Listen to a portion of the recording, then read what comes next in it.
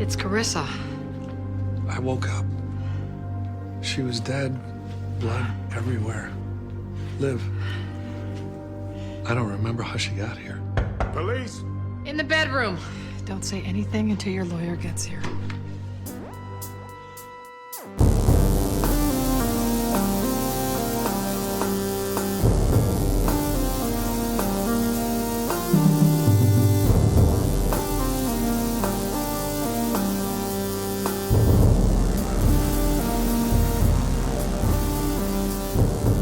In New York City, sexually based offenses are considered especially heinous.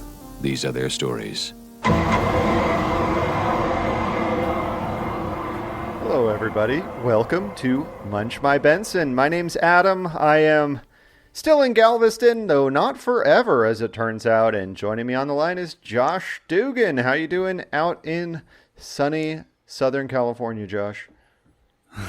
Well, I'm still in sunny Southern California, but not for much longer. So. Yeah, both of us are going to move, which is it's crazy. So at this time next year, I will be living in the big city, Manhattan, New York, and Josh will be up in the frozen north. So we are kind of going to be going as far as we can from where we currently are. Pretty much, yeah. I mean, I've told this to other people. But we don't know what the long-term plan is or how long we'll be in the cities, but we'll be there for a bit at least. Yeah. But guys, we have so much to get to, so I don't really want to beat around the bush. We have an episode that was an hour and a half long. It was 2 hours when it aired.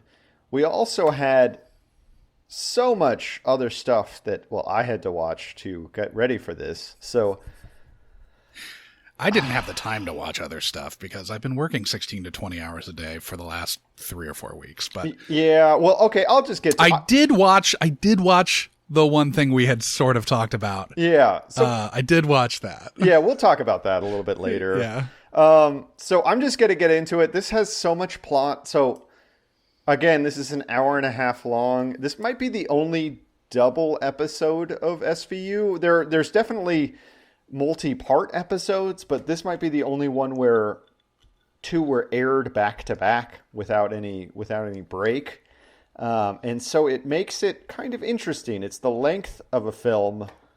I'm not sure that it actually has the structure of a film. I think it still has the structure of a rambling SVU episode, but regardless, just a longer rambling SVU episode. Yeah, it really does.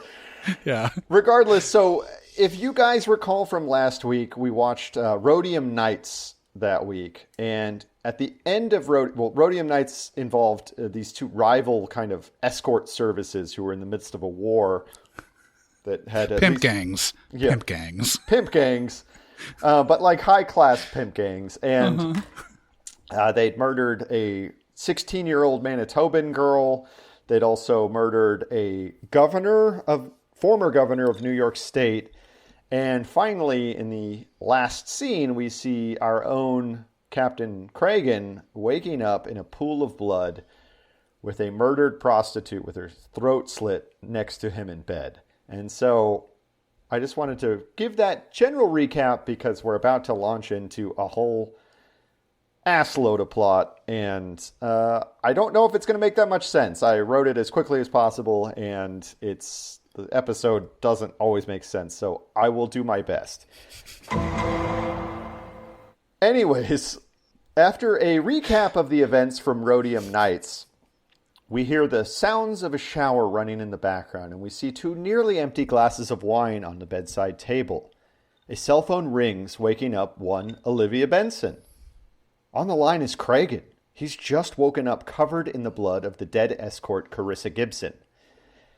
While we assume that Cragen is yet another victim of the war between rival escort services led by Delia Wilson and Bart Ganzel, it's also possible that Cragen's skeletons might be coming out of the closet. He'd met Carissa at a diner the night of her murder where he was either drugged or fell off the wagon, and she'd walked him home to his apartment, while he remembers nothing after getting home. As Cragen is taken out of his apartment come crime scene, Benson meets one ADA Foster, who heads up the Public Integrity Unit and will be in charge of this extremely high-profile investigation. SVU is warned off the case, but that's not going to keep our crew off of this beat for a second. Cragen's hopefully temporary replacement, Captain Stephen Harris, also arrives to clean up shop and lays out a set of new ground rules. First, no more wrinkled sweatshirts for Finn, and second, they're going to get back to basics and start sticking their noses into celebrities' sex lives. Foster assures the SVU team that she'll run a fair investigation, but things aren't looking especially good for our big bald boss. He doesn't remember any details of the night in question. Also, Warner found a large amount of alcohol in his system, his DNA under Carissa's fingernails, and her saliva around the only weapon Cragen carries, which is not issued to him by the police department, if you know what I'm saying. While the rest of the team is searching for clues, Amaro thinks he knows who's to blame. Old Mayhem himself, Brian Cassidy. Cassidy, though, turns out to be working undercover for ADA Foster, who has been working for years to take down Ganzel's organization, and shockingly seems to be doing a really good job here. He offers to help SVU in any way he can. Sadly, though, Cragen's name has come up in his investigation, but he doesn't provide any of the really important details. Later, Delia Wilson shows up unannounced at Amaro's door to deliver a not-so-subtle message, which is, "We destroyed your captain, and we are about to destroy you." Now, our beloved cue ball, Cragen, who'd been staying at a hotel, is officially charged and perp-walked through the largest crowd of photographers this side of Fashion Week and is to be held without bail in Rikers pending trial. Wilson and her attorney, Marvin Exley, seem to know a whole lot about ADA Foster's kid, who suffers from an extremely rare condition that makes her bones very brittle. They offer to spill the beans about Cragen's deviant sexual proclivities in exchange for immunity from prosecution on the murder of the teenage Manitoban. Two witnesses are then found who might be able to implicate Delia, an escort who'd fled to Colombia, and Carissa's booking agent. But neither survives long enough to finish off this murderous matron of matchmaking. The booker agrees to testify at a grand jury, but is found dead in the bathtub the morning of her appearance. The Colombian is also run over by a truck in her native land, which we are led to believe is easier to arrange than an extradition treaty with a country that has been one of the largest recipients of U.S. military aid over the last 50 years. Cragen, for his part, is not making the investigation any easier because, as it turns out, he did have a rather extensive escort habit, but instead of playing out his depraved sexual fantasies with these professionals, he tells us that he used them for the sickest thing I can possibly imagine. He forced them to listen to the sad, lonely words of a boring, old, bald, recovering alcoholic. Well, Amaro isn't enjoying an iron vacation like his captain. He's not having a very good week. His wife informs him that their relationship isn't salvageable and that she's running off to D.C. to work for the Pentagon. He's also a material witness in the Cragen case since he'd spoken with Carissa multiple times the evening of her death. This puts him at odds with the rest of SVU who are attempting to fix this mess without his macho bullshit getting in the way. He, however, will not let his accomplished associates do their jobs and decides to run his own rogue investigation. He finds Cassidy in the middle of a lunch date with his mother at their favorite Chinese restaurant and forces him into the bathroom where he draws his gun on him and forces him to give up his undercover status. At this point, Cassidy's target, Ganzel, discovers the bugs that Cassidy had hidden. Then he offers to testify about the various murders Delia had committed. Benson comes to escort Ganzel and Cassidy to finger one of Delia's assassins when they find two kids attempting to break into Ganzel's Rolls Royce. Benson chases down one of them while the other draws his gun on Cassidy. A squad car rolls up immediately and a young officer then fires her gun twice into Cassidy's chest, whose undercover operation is over. One of the car thieves informs them that this was an elaborate hit, and Amaro and Rollins get the young officer to roll on her sergeant, one Ted Koondock, who ordered the shooting. It quickly becomes apparent that Koondock was on Ganzel's payroll, and Ganzel is arrested for the attempted murder on Cassidy. The plot against Cragen then unravels as we learn that Ganzel set up Cragen, then murdered Carissa because he was afraid she'd fallen in love with Cassidy. Cragen is thus free from suspicion in the murder case, but his reputation is in tatters and he will never work as a cop again. Or will he? Olivia is not at all satisfied with this outcome, however, and an idea comes to her as if it were manna from heaven. How on earth does ADA Foster afford treatment for an extremely special needs child on her public servant's income? A cursory glance at her financials reveals that she'd been paying for the treatments with bribes provided by Delia's lawyer, Exley. Delia was then arrested along with a veritable who's who of both state and city public officials. We're talking deputy mayors, attorney generals, vice squad cops. It's attorneys general. I'm sorry. Attorneys general, vice squad cops, etc., etc., etc. As this mega episode wraps up, Amaro is still angry, Olivia is sad she isn't a mother, and Foster's daughter is now in foster care. And I believe we get a dreaming of baby boy Doe Dick Wolf. Maybe. I mean, really what we get is an in memory of John Moresco Dick Wolf. We do. I mean, that's because that is the last card before Dick Wolf. But yes, he was, I looked him up. I think he was a driver on the show. Oh, right on. In August of 2012. So I wanted to call it a Just Desserts Dick Wolf, but I would feel bad because I would feel bad maybe implying that John Moresco got what he deserved like everybody else in this episode, but I don't think he did. He probably was. No, a he's fine just a transpo man. driver. He's probably a solid dude. Yeah. Okay. This is a lot of episode. It's a whole lot of episode, and I really think that the thing that strikes me the most after having watched it, I guess 2.5 times, well, and I've watched it in the past too, is that they really don't know what to do with this much screen time. It really is. Now, they kind of do a neat trick with Cragen where we really do think at the end that Cragen is going to get undone by this whole thing, but then he doesn't. But we know this because we watched past this. But if you're watching for the first time, like, it is still up in the air, and not everything is cinched up in a nice little bow.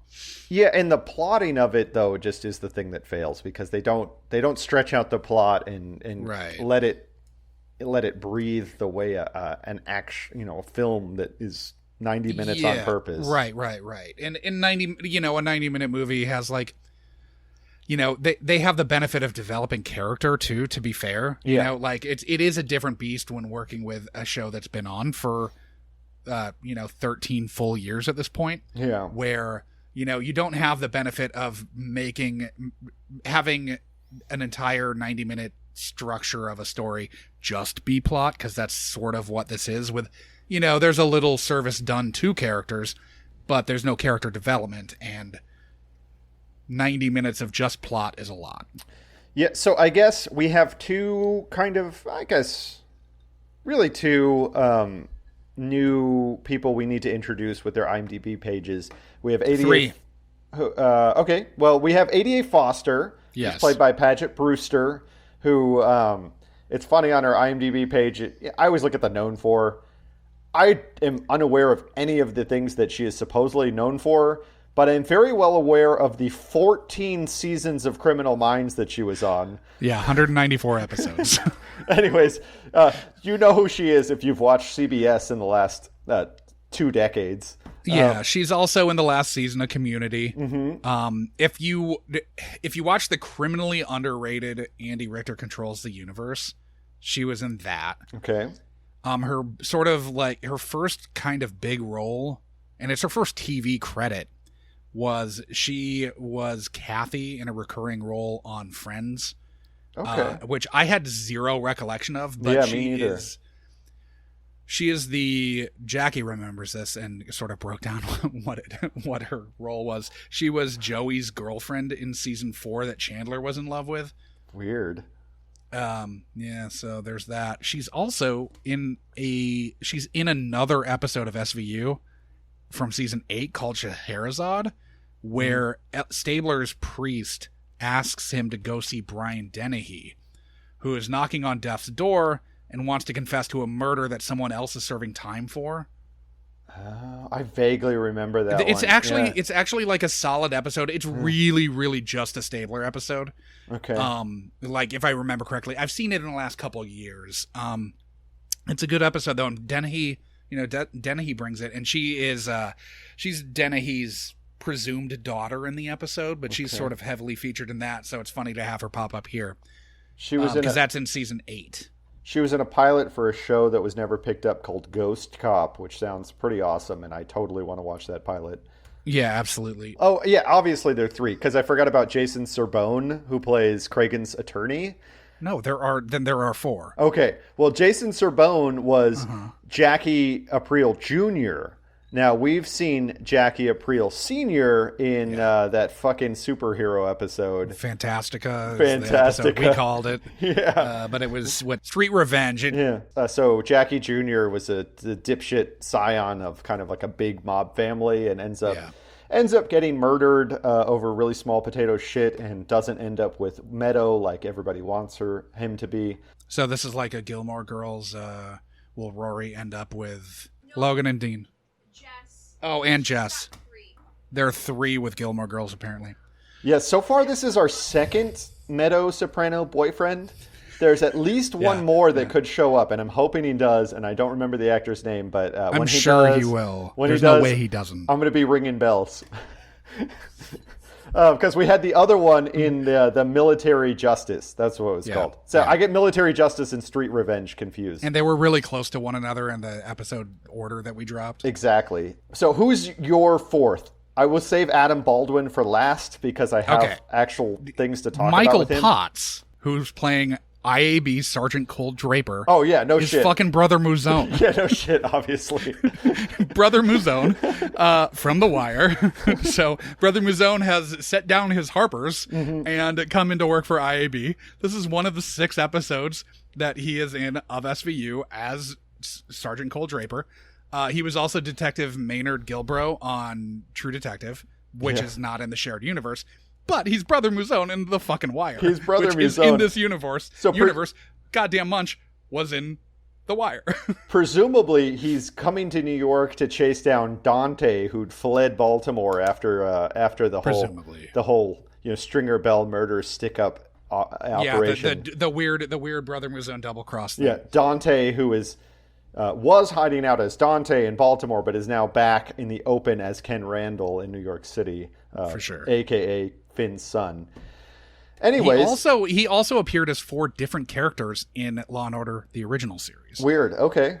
He had a 3-year run in the Book of Mormon on Broadway too. So he is a longtime New York area actor. Then sounds like yes, nice.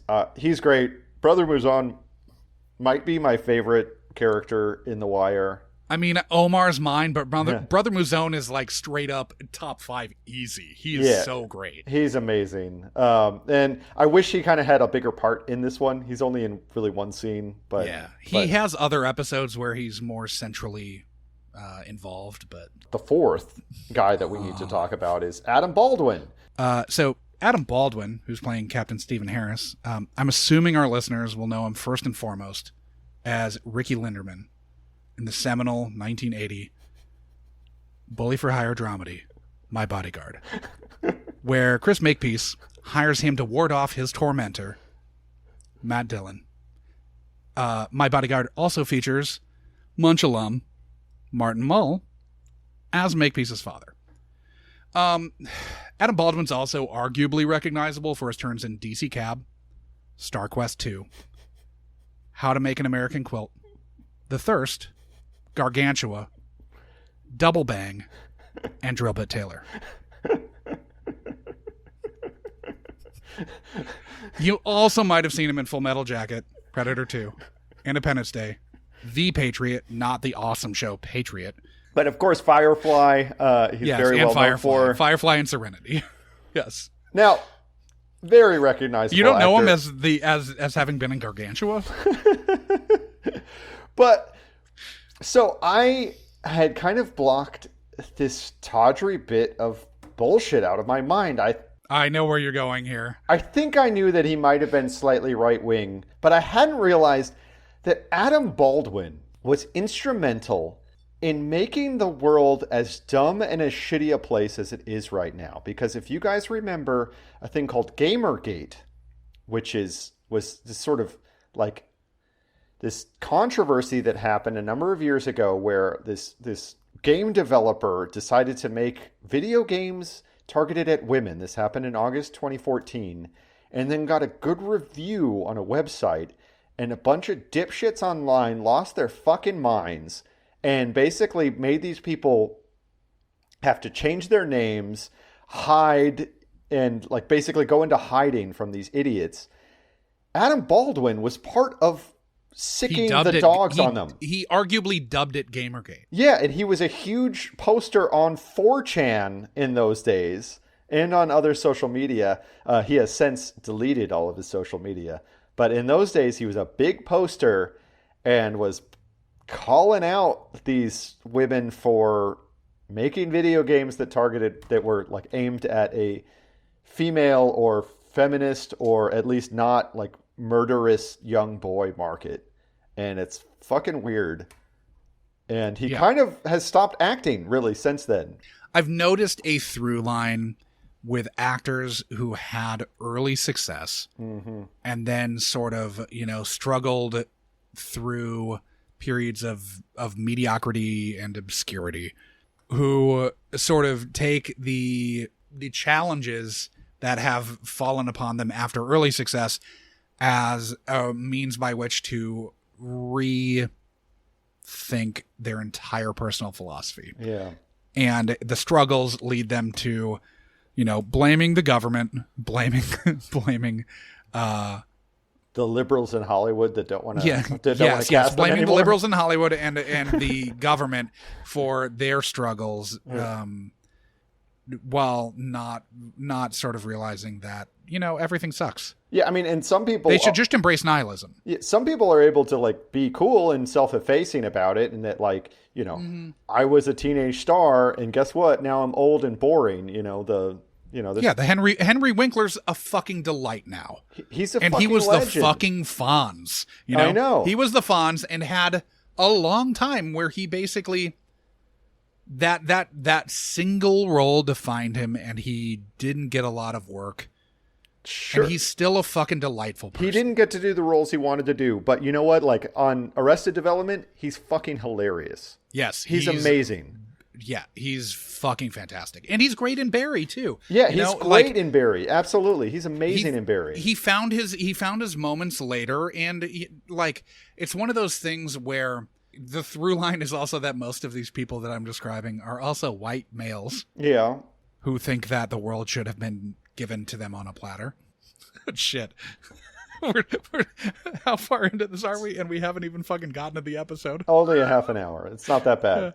Now, not that bad, I guess. The thing is, I don't feel like there's too much detail to go into. I have a big thing that I want to talk about that's kind of its own piece. Jump in. I want to hear it. So the listeners want to hear this, Adam. When I watched this episode the first time, and I remembered it, it's when you've seen this 3-parter, you're not going to forget it because there's just not that many like multi-episode arcs in SVU. And there aren't many iconic moments. Yeah. Like Kragan waking up with a dead hooker in his bed. Yeah, exactly. With a slashed throat right next to him and blood on his hands. And like in a weird position to where he wakes up and she's down, her head's at the foot of the bed, his head's at the head of the bed. I know. I had to watch it like 3 times to figure out the geography of it. Yeah. There's a geometrical like element to this whole thing that doesn't really track. Like, what were they doing here? Now, how would he pass out? Like in the way that the bodies are staged? Like say someone finds them before Kragan comes to. How is the positioning of the bodies explicable? Exactly. And I almost feel like Kragan kind of fucked up by just like getting up and getting out of bed. Yeah, he should never have gotten out of bed. It would have been fucking sussed out immediately. Yeah.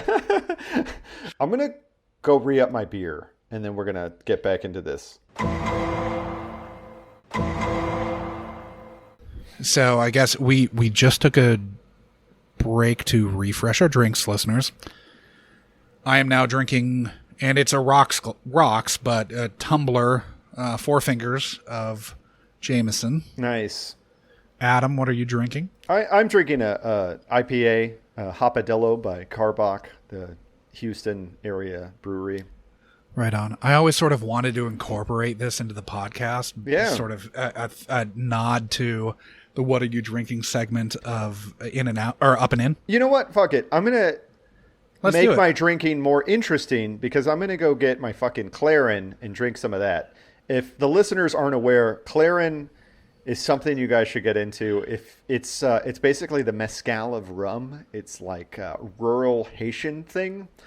And it's very smoky and very interesting. And I'm going to go pour myself some. And I will remember what the name of this specific Clarin is. Yeah. Let's. Can you tweet out a picture of it, Adam? I will. It's a beautiful label.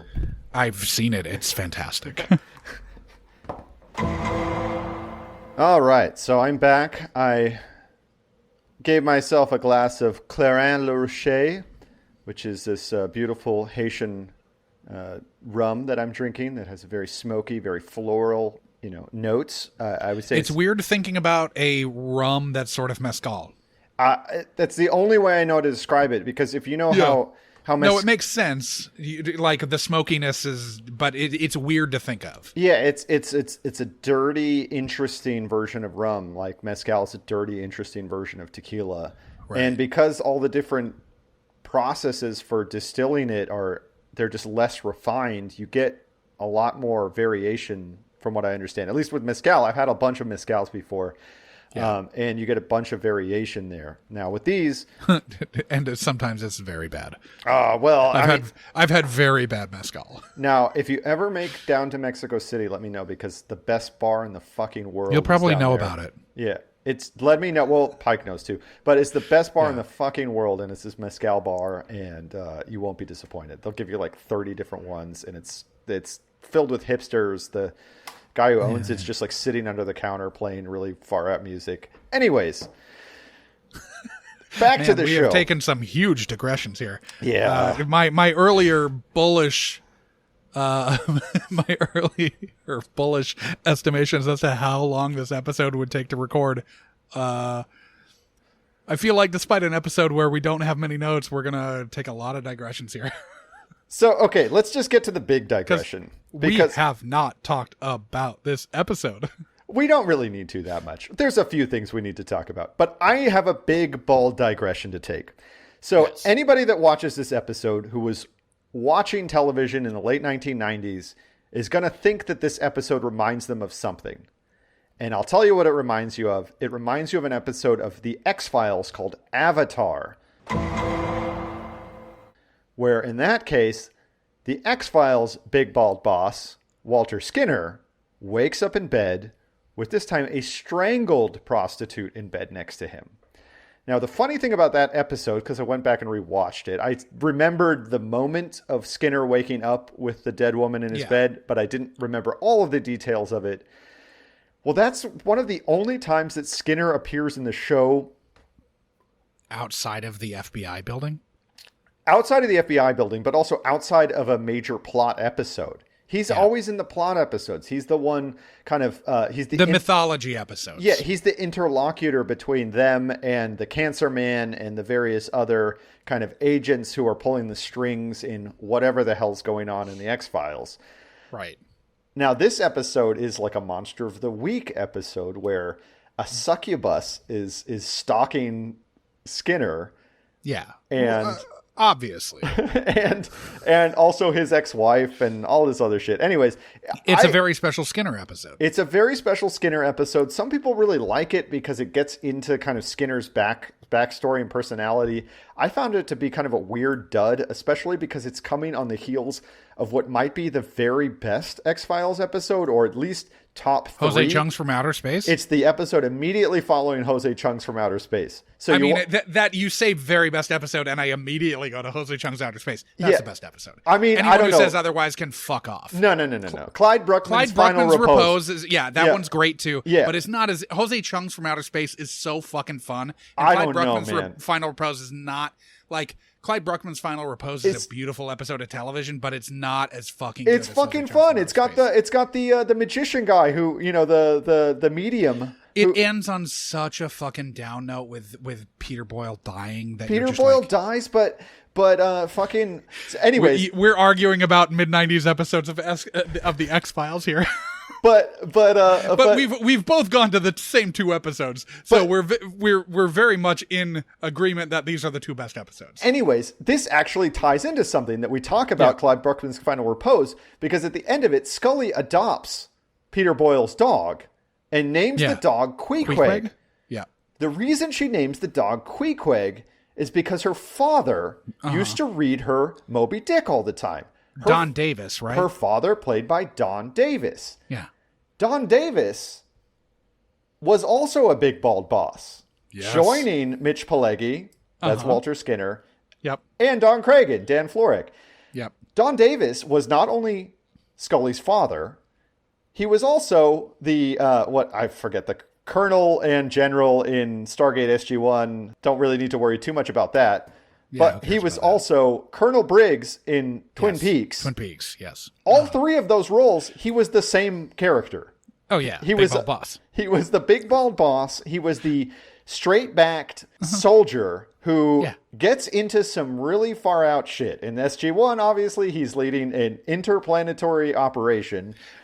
For clarification, SG-1 is the TV show and Stargate is the movie, correct? Yes, he's in SG-1. He's in, He's 10 seasons of SG-1. Yeah, with Richard Dean Anderson and fucking whoever. Yeah, and the rest of the gang. Show. Not James Spader. Was Corn Nemec in the show? I think he was, right? But not Parker Lewis. Yeah, not James Spader, not Kurt Russell. In Twin Peaks, he was Colonel Briggs. That's Bobby's father. Colonel Briggs is kind of, in some ways, the hero of the whole thing. He's this kind of interdimensional explorer who's kind of probing the depths of the human mind. Did this happen in The Return? I do not remember this. It happens both. Yeah, no, you don't remember it because in the first part of it that you remember the best, he's just Bobby's father. Okay. But so in season most 2, of the... In season 2, he disappears into the Black Lodge. And then he returns. Okay. You find out more about him in Fire Walk with Me, and you find out a lot more about him in The Return. You realize I've watched Fire Walk with Me and season 2 in the last 2 years, and I honestly do not remember any of this. Those 2 are hard to remember. They're really hard to remember. Season 1 is very memorable. Season 2 is basically when Lucas Giolito's uncle just takes off, and it's left to David Lynch, and there's nothing tethering this thing to reality, and it's all just like Zen Catholic fucking absurdism. It's absurd, that's for sure. Yeah. In season 3, Twin Peaks: The Return, it gets so absurd that it grounds all of that shit in enough reality that you start to remember it well. And Briggs returns more in spirit than in form. It's kind of hard to describe, but you definitely think about him a lot in it. And it turns out he has in some ways been kind of guiding, Kyle MacLachlan through this whole thing. Now, funny enough, so for the listeners, I would just like to note that we are now hitting the 46-minute mark of recording this episode, and we still have not, aside from Adam's recap, still have not talked about this episode at all. Not to worry. So tulpas are a very important part of Twin Peaks. It's the idea of a thought form where somebody can, their like emanations of their psyche can create a corporeal being next to them. Now, this is something that comes up time and time again. Basically. An avatar, exactly. Yes. Now, Don Davis, when he dies in X-Files, he returns as a tulpa to kind of haunt Scully. Now, this is not the end of the Don Davis discussion, because Don Davis got his start in Hollywood as a stunt double for yet another big bald boss. This being, in my mind, the progenitor of the big bald boss archetype. That's Dana Elcar, who was MacGyver's boss in MacGyver. Oh, right. Okay. So Dana Elcar, he's great. He's kind of he's Peter Thornton is the name of his character in the show, and he's the friendly boss. Now, this got me thinking, because this is the new MacGyver, right? The one on No, the original MacGyver from the 80s. Joking. Okay. I'm being facetious. Sorry. But anyways, it got me thinking and trying to track down if there were big bald bosses before that. And I really don't think that there were. I think that Elcar was the first one. And I think it has to do with the kind of the notions of like labor management relations in the 80s. And I'll get to it because I think before this in shows like you talk, the Rockford Files, and before that, even fucking Magnum PI, the boss, there's an antagonistic relationship between the hero investigator and the bosses, right? Oh God, I'm so glad you went here. There's this antagonistic relationship, and that's how it goes. We identify with the working man who's pulling one over on his bosses as much as he's pulling one over on the rest of us. Yeah, fucking A, man. It kind of changes in Magnum PI when, eventually Higgins is kind of the big bald boss, but he's kind of the asshole. But eventually throughout the show, we kind of... But he's moneyed, and so he has hair. Yeah, he has a little bit of hair. Not that much hair. The real boss... The hairline's receding, but he's got hair. He's got a head of hair. And also, Higgins isn't really the boss. He's kind of he's the what would you call it? The non-commissioned officer. He's a sergeant, and he's just there. He's hired to... Yeah, he's a non-com. To watch over the estate. Robin Mathers never shows up, right? Anyway, so I think... He's basically Charlie. Yeah. But I think that basically in the 80s, we start to have a friendlier relationship. Bosses can be our friends. We're working together for the betterment of our careers and for the world. I think there's also a fundamental shift in how baldness is viewed in society. Well, we're going to get there. I haven't gone through all the bald bosses yet. Okay. So I think we have Dana Elcar, which leads to this progression that we've seen. Now, I think that the bald boss kind of archetype reaches a natural conclusion when we get to Prestige TV, because obviously instead of big bald bosses that are friendly, we get big bald anti-heroes, right? We have Vic Mackey. Now, Vic Mackey, interestingly enough, he was the big bald friendly boss in the commish. Yes. And then he becomes the big bald. But he wasn't shaved head. He had like this the thinning, the very thinning horseshoe hair. Yep. The Adam Schwitters. No, and then and then he becomes Vic Mackey, who is extremely big, bald, bad boss. But that's aggro shaved head. Shaved head. You've also got Tony Soprano, of course, probably being the pinnacle of not shaved but big and bald and fraught boss. And then you've got Walter White, who is grows into his baldness. Grows into his baldness and to his bossiness. Now, I'd posit that that's the bullshittiest show of all the ones we've talked about, but sure, that's because I'm not a fan of Breaking Bad. But Breaking Bad is kind of the end of it, right? I think it's kind of like you can't have a bald. Now you can't have baldness on television again. No, because it's like it's been ruined by Breaking Bad because it's so iconic. All bald actors need to start decrying that Breaking Bad is bullshit so they can get work again. Seriously. Really think about it. When was the last bald star you saw? Larry David notwithstanding, because I don't think that counts. Have you watched the Fast and Furious movies? That's true. I guess there is Dwayne "The Rock" Johnson, who probably is going to be our next president. And Vin Diesel. Yeah, and Vin Diesel. Like, that is the bald. And Tyrese shaves his head the whole time. Like, he sure does. That is the boldest franchise ever, and every movie is guaranteed to make $1 billion worldwide. We might be a big bald reality though right now, right? Because like the biggest sports star is clearly LeBron James, who's been struggling very publicly with his own baldness on screen for his entire career. I would posit that not you and my president, but that the nation that we sadly live in, our big orange president.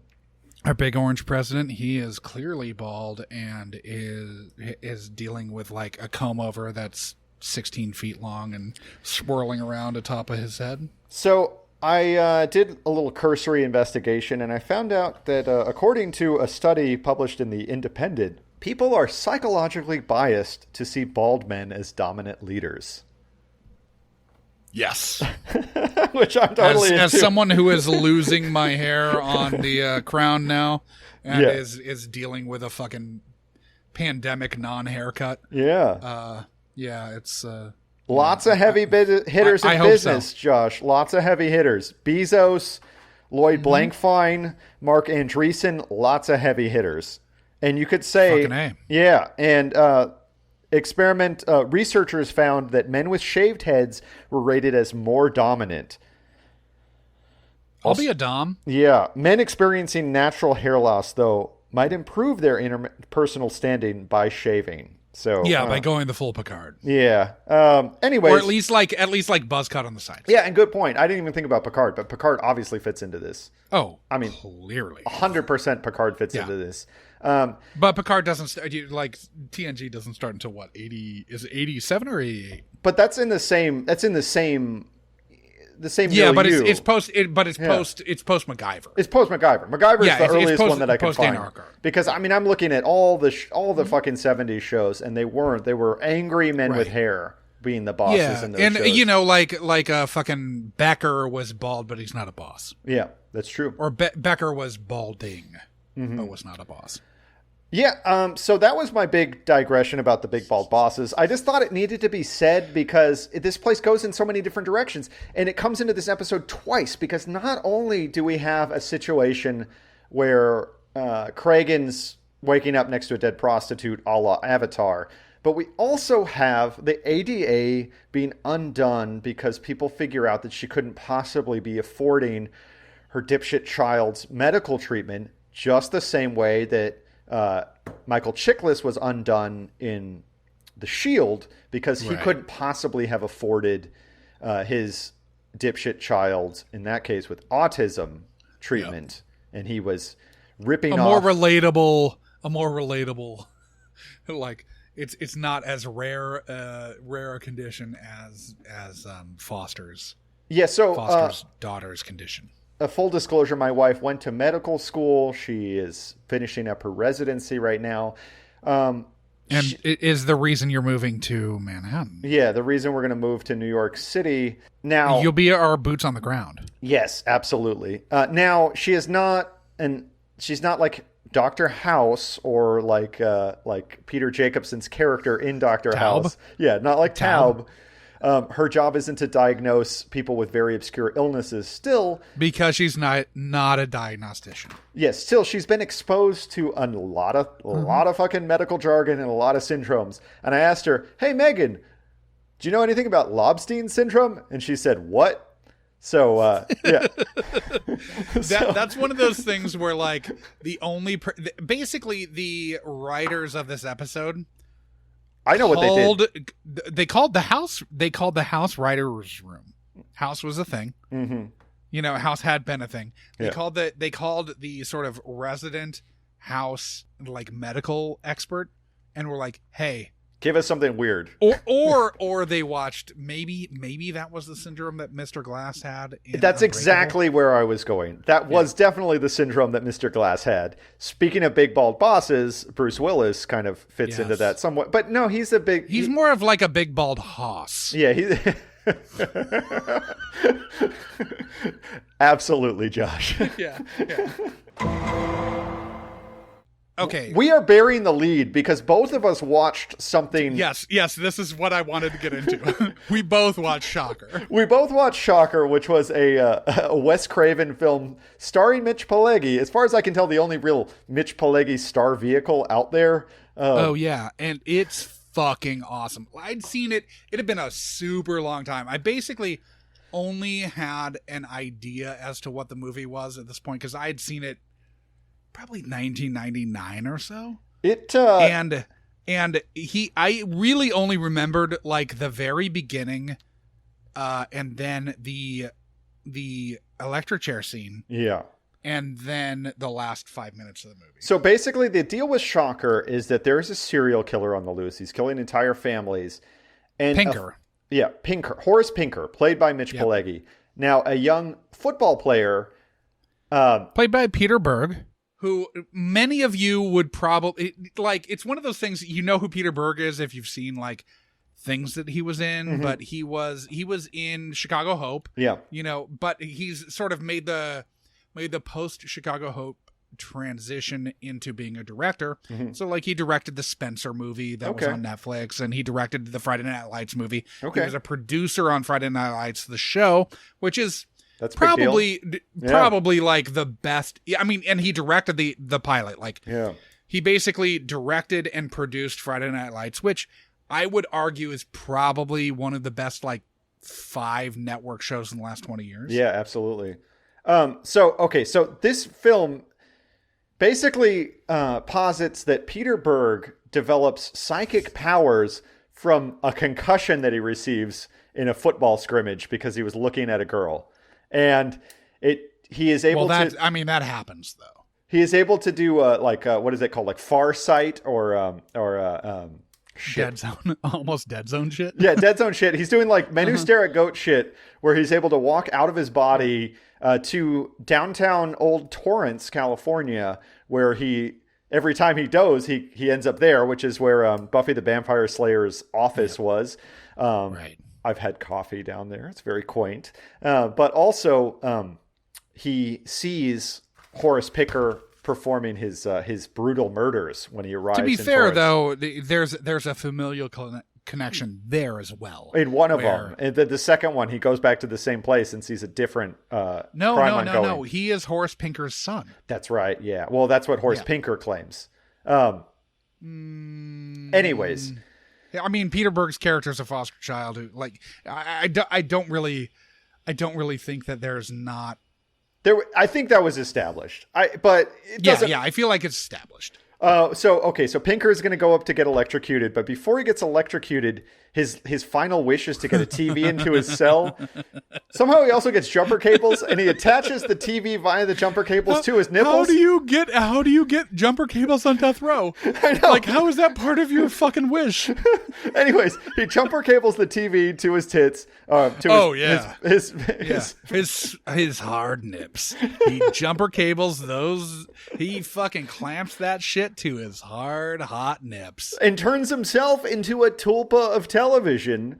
And he's able to... For sure. He's able to interact with, like, I don't know, the AC/DC currents or something and come in and out of wall sockets. It's fucking Angus outstanding, Young's man. there. We are here today to bear witness to the execution of Horace Pinker, whose unspeakable atrocities have horrified the people of this great state.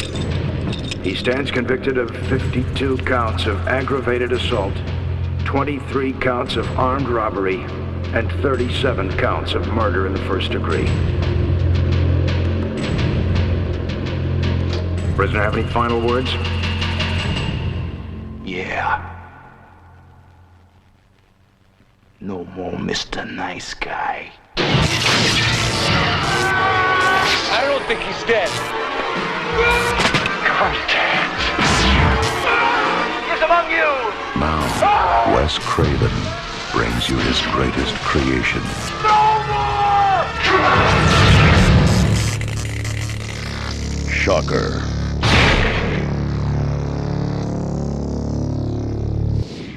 I would say the only failing that this movie had, and really I think the reason why it's not better, the reason why it's not better known, I think they fucked up on the soundtrack.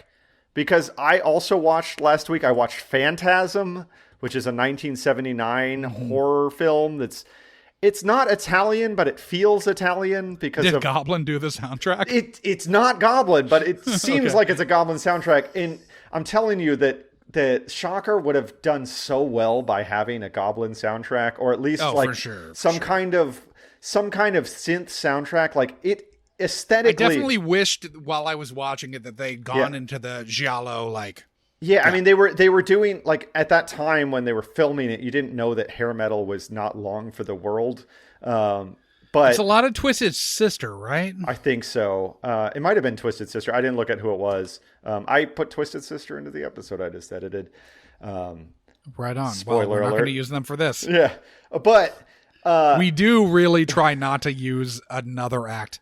There was a day where Adam was very upset with me. Yeah, I think we've used The Clash twice, but I think that's about it. We've used The Clash twice, but there was a day that you were pissed at me for using What was Average it? White Band. Yeah, Average White Band. Yeah, because I needed him for the Scottish episode. Yeah, and I just dropped an episode, and you're like, "Oh, you son of a bitch!" But still, I feel like for what do you call that? Like synth wave or vapor wave. Like it would have been an iconic film for that because it's exactly the visual aesthetic of that genre, but the music, Absolutely. the music, but yeah, the fails. movies, the music is incongruous with what the movie is, you know. Yeah, honestly, and they kind of set it up for a sequel at the end where like Mitch Pileggi is kind of like entering into the like television as a whole, and he's being spread to the whole world.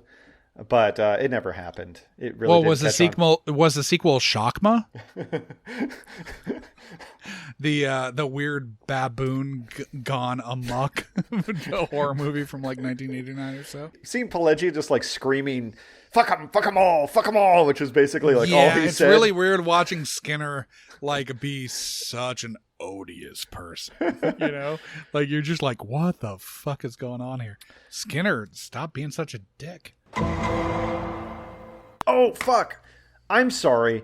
I missed a huge part of both our Shocker talk and our Big Bald Boss talk. Because in Shocker, Peter Berg's friend was played by Richard Brooks. Yes. Now, Richard Brooks has shown up a number of times because he was in Shakedown, a film starring Peter Weller that we loved and both enjoyed. And Sam Elliott. Fantastic movie. Where he shoots out the engine of the plane from the fucking landing gear. Yeah, it's outstanding. It's amazing. Now, we need to do a Munch My Benson recommends film list, and I think that Shakedown and Shocker are both on this list. But Shakedown's number one with a bullet. We've talked about a lot of things, but... Shakedown is amazing, and can't recommend it highly enough. But anyway, so he is in that. He is also Paul Robinette from seasons 1 and 2. Homicide. Well, no, from Law and Order TOS. Yeah, TOS. So that's right. He and Dann Florek, that's Don Cragen, were written off of the show because NBC decided they needed to have more female characters in the show. And fewer bald people. Well, they didn't specifically say bald, but they left. There was hairism going against Florek here. No, the other guy, the guy who was the pre-Orbach detective, he was a bald man. No, I'm not going to look him up, so I don't really care.